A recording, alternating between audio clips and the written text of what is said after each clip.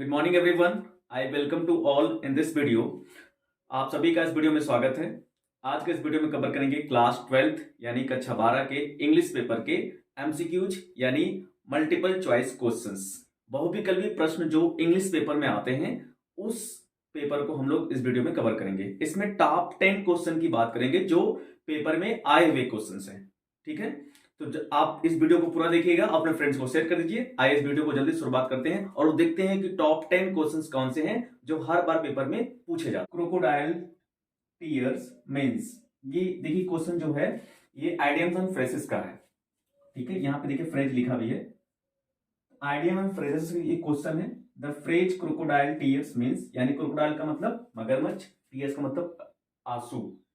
ठीक है, यानी जो मगरमच्छ के आंसू होते हैं उसको, इन चार ऑप्शन दिए गए। पहले ऑप्शन को पढ़ते हैं फिर समझते हैं। पहला ऑप्शन है टू सो फॉल सारो, दूसरा ऑप्शन है टू मेक क्लियर, तीसरा ऑप्शन है ऑनेस्टी, चौथा है यूजलेस। ठीक है, अब देखिए क्रोकोडाइल टीयर्स का मतलब क्या होता है कि दिखावटी आंसू, है ना। क्रोकोडाइल टीयर्स का मतलब दिखावटी आंसू, नहीं मगरमच्छ के आंसू, है ना। जो रियल में वो आंसू नहीं होते, वो दिखाने के लिए होते हैं सोसाइटी को, लोगों को। ठीक, तो उस हिसाब से इस फ्रेज का क्या मतलब हो जाएगा, टू मेक क्लियर तो होगा नहीं, ठीक है, ऑनेस्टी भी होगी नहीं, यूजलेस होगा नहीं, तो क्या हो जाएगा सो फॉल सारो, यानी सो मतलब दिखाना, फॉल्स मतलब बेवजह, सारो मतलब दुखी, यानी बेवजह अपनी दुखी या अपने दुखड़े को दिखाना, तो क्या हो जाएगा क्रोकोडाइल टीयर्स, यानी इसमें पहला ऑप्शन सही हो जाएगा। ठीक है, इसी तरह के क्वेश्चंस आपके पेपर में आएंगे, तो आप ध्यान से समझिएगा। ठीक, कैसे क्वेश्चन को आप हल कर पाएंगे। क्वेश्चन नंबर 2 की बात करते हैं। The synonyms of cruel as, यानी क्रूवल मतलब क्या होता है निर्दयी, और इस क्रूवल का आपको सिनोनिम्स बताना है।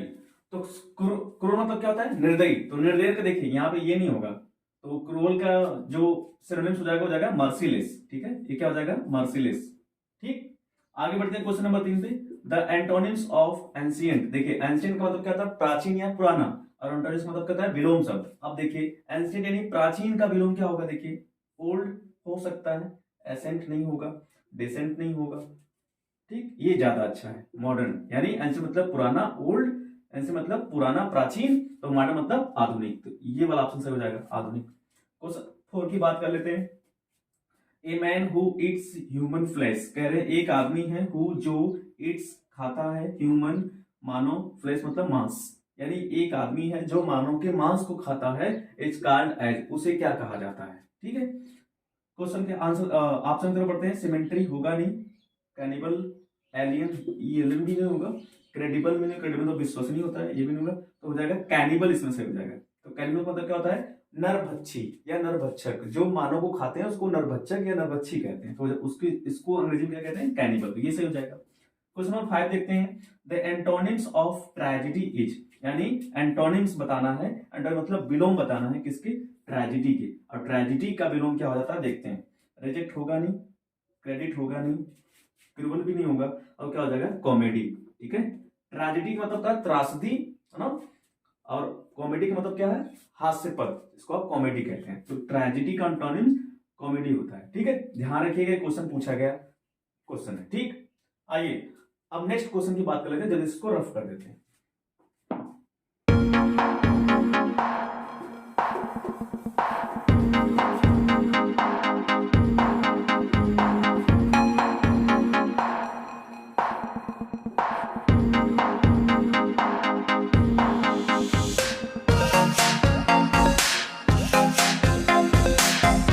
ठीक है, आइए क्वेश्चन नंबर 6 देखते हैं। 6 क्या देख रहे हैं, 6 क्या कह रहे हैं, make the difference in their meaning clearly, कह रहे हैं ये जो देखिए क्या करना है, इनकी मीनिंग को डिफरेंस जो है, जो मीनिंग में डिफरेंस है वो आपको बताना है, जो अंतर है वो आपको बताना है। क्या क्या दिया है, एक दिया है bear, B E A R, इसको भी बियर पढ़ते हैं, बी डबल ई आर। ठीक है, ये होमोफोन्स का क्वेश्चन है। उसके बाद देखिए कॉप्स, ये भी कॉप्स है। तो अब देखिए इसमें ई का अंतर है, इसमें मतलब इसमें ई है इसमें नहीं है, इसमें डबल ई है इसमें ई ए है। ठीक, तो अब देखिए दोनों जो वर्ड्स हैं इसके दोनों मीनिंग में, दोनों के अर्थ में क्या अंतर है ये बताना है, और इस कॉप्स में, इस कॉप्स में, इसका इसमें क्या अंतर है, इसकी मीनिंग क्या होगी ये बताना है। ठीक, आइए क्वेश्चन नंबर 6 देखें। इस बियर का मतलब होता है बेटा सहना, इस बियर का मतलब क्या होता है सहना, और क्या होता है, भालू। ठीक, तो इस बियर का मतलब BEAR का मतलब सहना या भालू। सहना मतलब कोई कष्ट है जो आपको सह रहे हैं। ठीक, उसके बाद बियर, इस बियर का मतलब जानते हैं आप, वैसे मादक पदार्थ है ना, जैसे क्या हो जाएगा, मादक पदार्थ, मादक पेय कह लीजिए, मादक पेय है ना। और या तो क्या हो सकता है, बियर जिसको आप पीते हैं, जिसको कहते हैं जौ की शराब। क्या कहते हैं, जौ की शराब।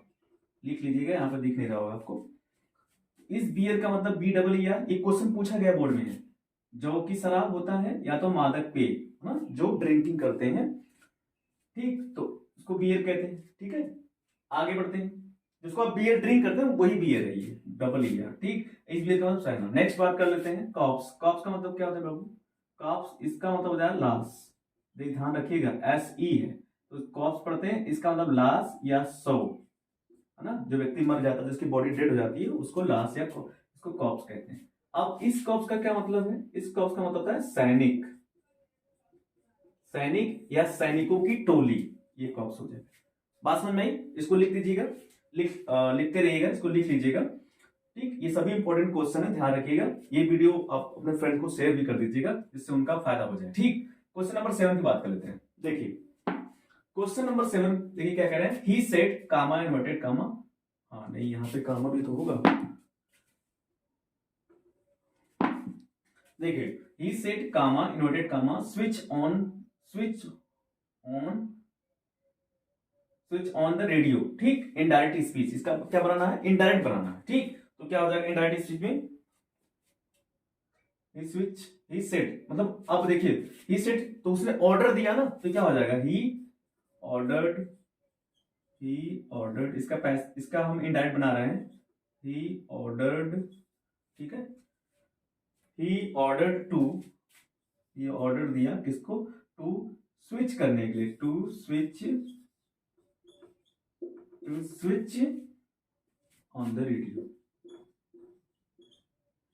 Switch on the radio. बात समझ में आई। देखिए he said he ordered to switch on the radio, ये भी क्वेश्चन पूछा गया है, इस तरह से इसका इंडायरेक्ट हो जाएगा। नेक्स्ट क्वेश्चन की बात करते हैं, number 8, he was disappointed full stop he left the job, इसको सिंपल सेंटेंस में कन्वर्ट करना। ठीक है, देखिए एक सेंटेंस ही हो गया, एक सेंटेंस हो गया, इन दोनों सेंटेंस को मिला के आपको सिंपल सेंटेंस बनाना है। ठीक, आगे बढ़ते हैं। अब इसका क्या हो जाएगा, देखिए डिसअपॉइंट है, तो मैंने बोला था जब भी पास्ट आएगा तो उसको क्या बोलेंगे, देखिए यहाँ पे लेफ्ट से सेकंड फॉर्म है। ठीक है, पास्ट तो क्या बन जाएगा, किससे, बी से, तो बी में क्या लग जाएगा, बीइंग, तो हो जाएगा बीइंग डिसअपॉइंटेड, मैंने आपको बताया हुआ था ये। ठीक, डिसअपॉइंटेड, बीइंग डिसअपॉइंटेड।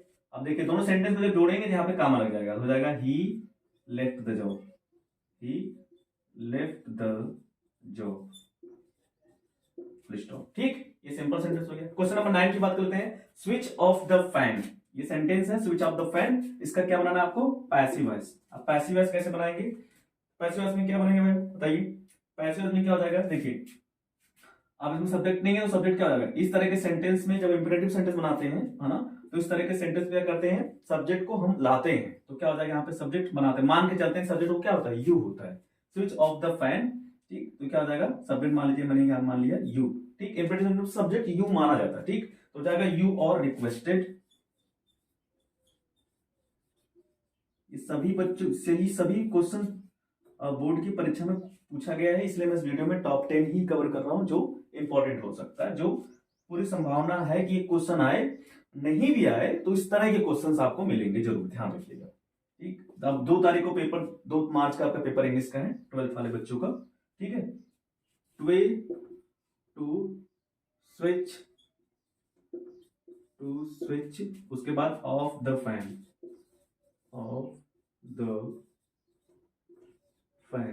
ये हो गया। ठीक, एक बार फिर से रीड कर लेते हैं, you are requested to switch off the fan, इसका पैसिव वॉइस हो गया। क्वेश्चन नंबर 9 हो गया।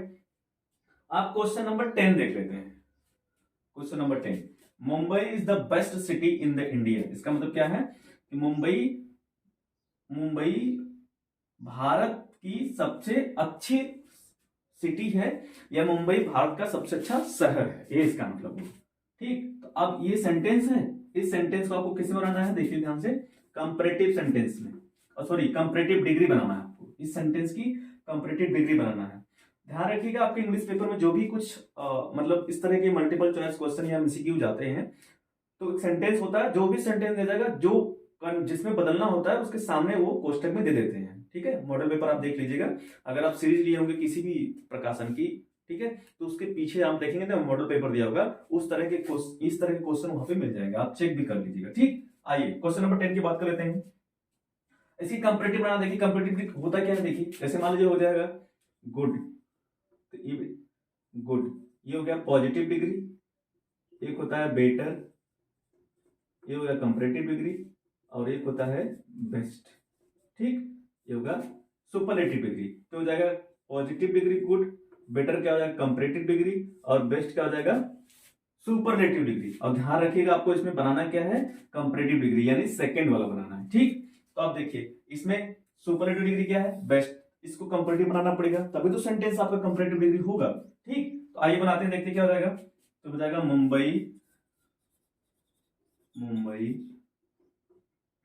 मुंबई इज बेटर, है ना, बेस्ट का क्या हो जाएगा बेटर, देखिए बेटर हो जाएगा, Mumbai is better then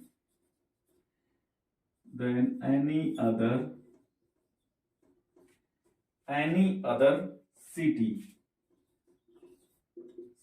in India. ठीक है, Mumbai is better than any other city in India. ठीक है, समझ गए, इसको राइट कर लीजिएगा और समझ लीजिएगा। ठीक, आई होप स्टूडेंट्स आप इसको समझ गए होंगे, और इस तरह के क्वेश्चंस आप अपने सीरीज से हल कर लीजिएगा। इस तरह से क्वेश्चंस आपको बहुत आते हैं, और अपने कॉन्सेप्ट क्लियर करिएगा, एक बार सब रिवाइज कर लीजिएगा। आपको स्कूल में पढ़ाया गया होगा तो आपने नोट्स भी बनाया होगा, नहीं भी बनाया होगा तो सीरीज में जो भी क्वेश्चंस दिए गए हैं उसको प्लीज इंग्लिश पेपर देने से पहले जरूर रिवाइज कर लीजिएगा। ठीक, उसमें क्या है कि antonyms, synonyms, homophones, one word substitution, उसके बाद आपको सिंथेसिस, उसके बाद सिंटैक्स, होमोफोन्स, ये सभी चीजें आप एक बार रिवाइज करके तभी जाइएगा। ठीक, 2 मार्च का पेपर आपको है इंग्लिश का। Wish you all the best, अच्छे से पढ़ते रहिए, इस वीडियो को ज्यादा शेयर कीजिए, अगर आप पहली बार इस चैनल को देख रहे हो तो सब्सक्राइब कीजिए। Thank you so much for watching this video, मिलते हैं किसी नेक्स्ट वीडियो के साथ, तब तक के लिए अपना ख्याल रखिए, जय हिंद।